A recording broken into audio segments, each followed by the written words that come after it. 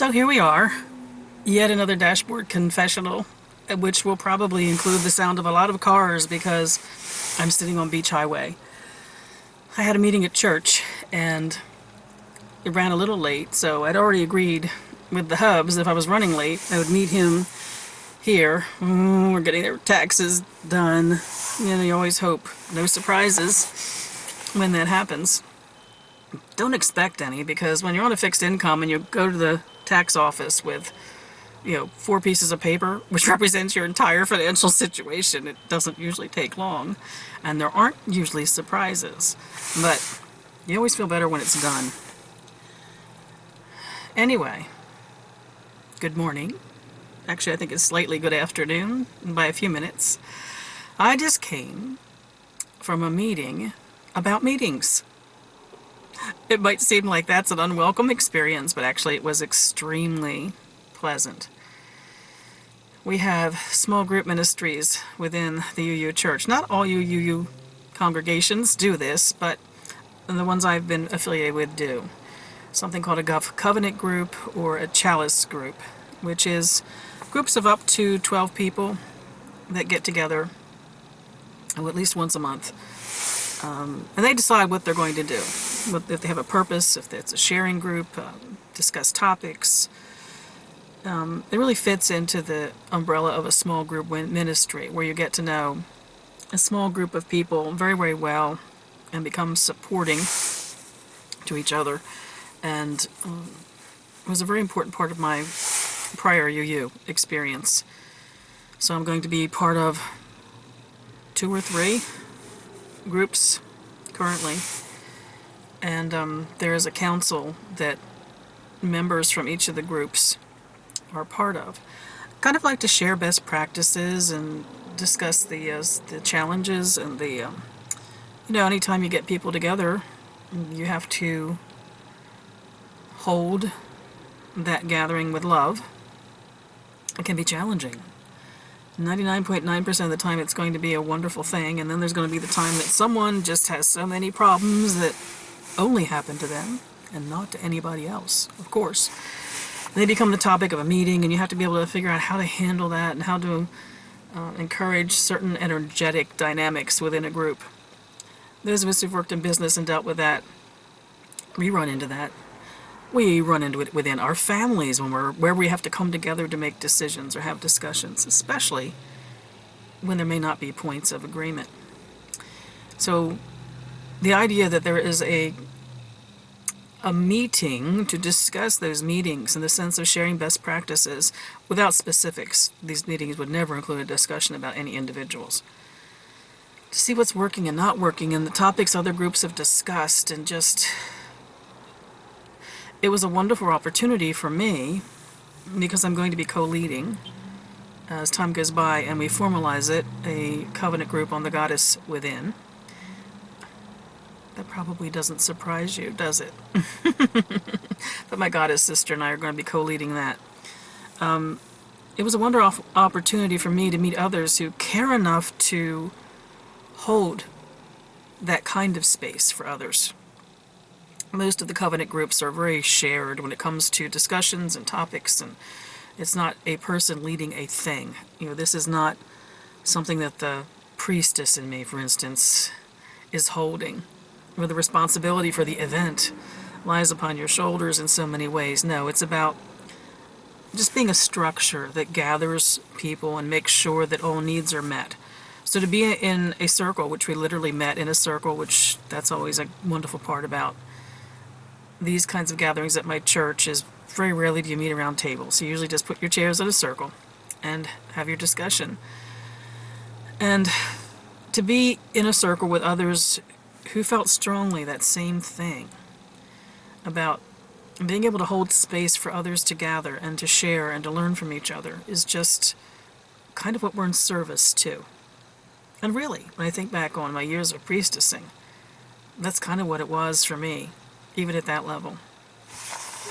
Probably especially so after I left traditional circles and moved on to more, free-form circles. The wind is blowing today, so now I'm trying to pick my hair back so I looked fairly together when we go in to have our taxes done. I think I'm making it worse rather than better, aren't I? So I just came from, like I said, a meeting about meetings, but I met some delightful men and women. Really, really had a good time. Looking forward to it. So now I've added one more meeting to that calendar that I'm keeping, which is I think we're doing it monthly for a couple of months, and then we're going to go quarterly, the meeting about meetings. So to start with, I will be part of co-mentoring, co-leading the Goddess Within. The Goddess Within's not going to be a goddess worship covenant group, because, we all don't honor goddess in specifics, but we might honor the feminine divine, we might honor feminine wisdom, the wisdom of our grandparents, grandmothers, and those who came before them, the wisdom inherent in stories of the goddesses and archaeology and history and mythology and archetype, so powerfully archetyped. So it's a way of exploring who we are as women. And yes, this is a woman-only group. This particular group will be. And I'm really looking forward to it. It'll be a while before it takes off, because we are at the beginning of setting up these covenant groups, and we can't do everything all at once. It'll be terribly confusing. I'm going to do what my mother used to always do. I'm going to spit on my hair. That little piece of hair. I'm so much happier now. And I'm going to join the meditation group. You get stuck in a meditation rut, I think, over the years, and I think this group will be good for me because of, actually not so much in this case what I'm bringing to it, more it's what I feel it can bring to me. New perspectives, new things to explore, and I'm really looking forward to testing that one out. And for the first time today, the possibility was mentioned, because we shared our experience with covenant groups, and I mentioned the ones I was part of in my old fellowship, and an important one there for me was the earth-based one. And the earth-based one, similar to the Goddess Within one that my friend and I are starting, wasn't spiritually or religiously specific. It was just anyone from any religious, spiritual background that found inspiration in nature. And we shared the groups we've been part of in the past, and I shared that one, which was dear to my heart. And it ends up that back when our congregation first started here, they had an earth-based group. And they kind of just lost anyone who was willing to be the steward for it, the champion for it, to kind of hold the space for it. It ends up there is some interest in the congregation to start something like that back up. So it appears that in time I may be able to meet some others who are interested in that again. Well, I'd be so there for that, don't you? So that would be interesting. So that would be the limit I'd put on myself for these kinds of groups. They only meet once a month, although sometimes they'll covenant to meet more than that.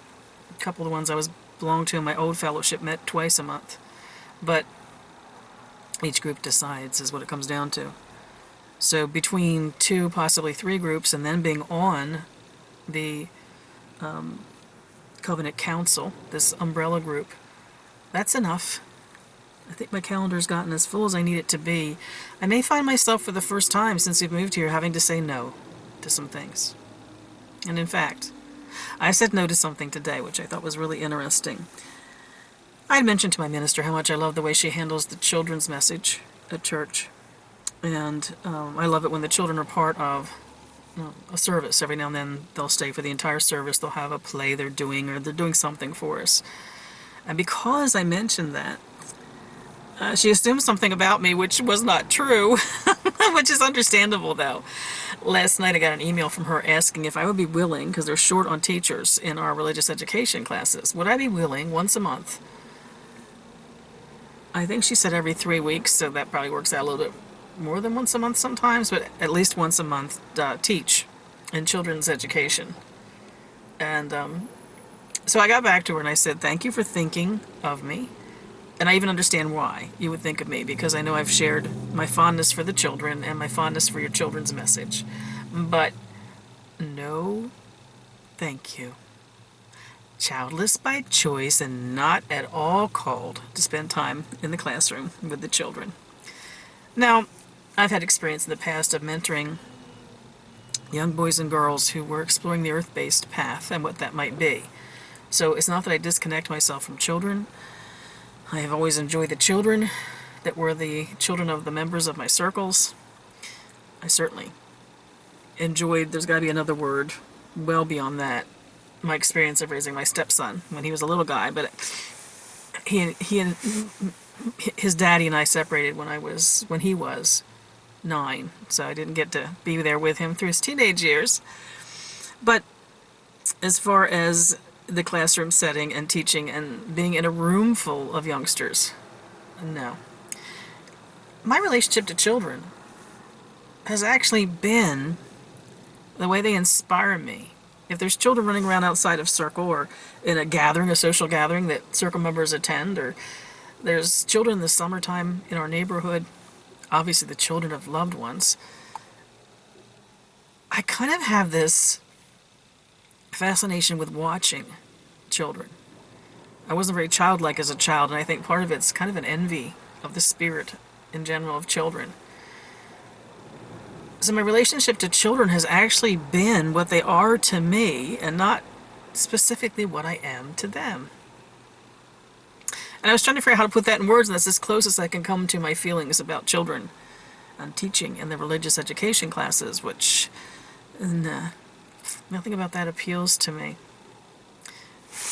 And I had a chance, thank goodness, today to have a few words with my minister so I could explain a little bit more how I felt about that. I didn't want her to think that I somehow distanced myself from children or didn't want to spend time with the children. And I will occasionally volunteer when there's an activity, a gathering or get-together or something for the children in our church. I'll volunteer to help out at things like that. But I have no desire to be in a classroom situation, even in something as familial as the church. But I caught her off guard. And she thought she'd offended me, and I felt bad because I was certainly not offended in any way, and I can see why she assumed from what I had said about the children in our particular fellowship. I can see why she would have thought, "Ooh, there's somebody hit up for religious education because we're short on teachers." But anyway, it was a good meeting today because I got to meet 3 more new people, 2 of whom were men because I was getting seriously in danger of feeling like I was part of a fellowship of women, which is not why I go to a UU church. A couple of awesome guys, and I'm looking forward to meeting their wives. And just had a great, it was 2 hours that went by in 15 minutes, if you know what I mean. So let's hope the day continues on that positive energy as I leave the tax place, that I'm still in this happy frame of mind. So the takes from this morning: another wonderful group of people that will expand my horizons, 3 covenant groups that I think I'm going to be part of as time goes by, and then